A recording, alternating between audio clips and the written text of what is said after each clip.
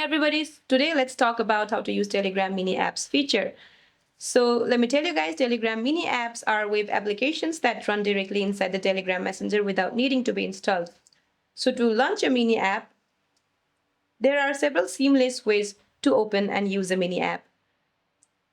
One is via direct links. If a friend, group, or channel shares a mini app link, just tap it. It will instantly launch a sleek web interface right on top of your chat screen.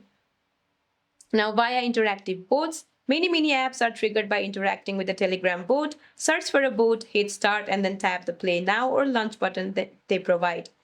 Now, the next is via the attachment menu. In any chat, tap the attachment icon to browse and launch mini applications directly.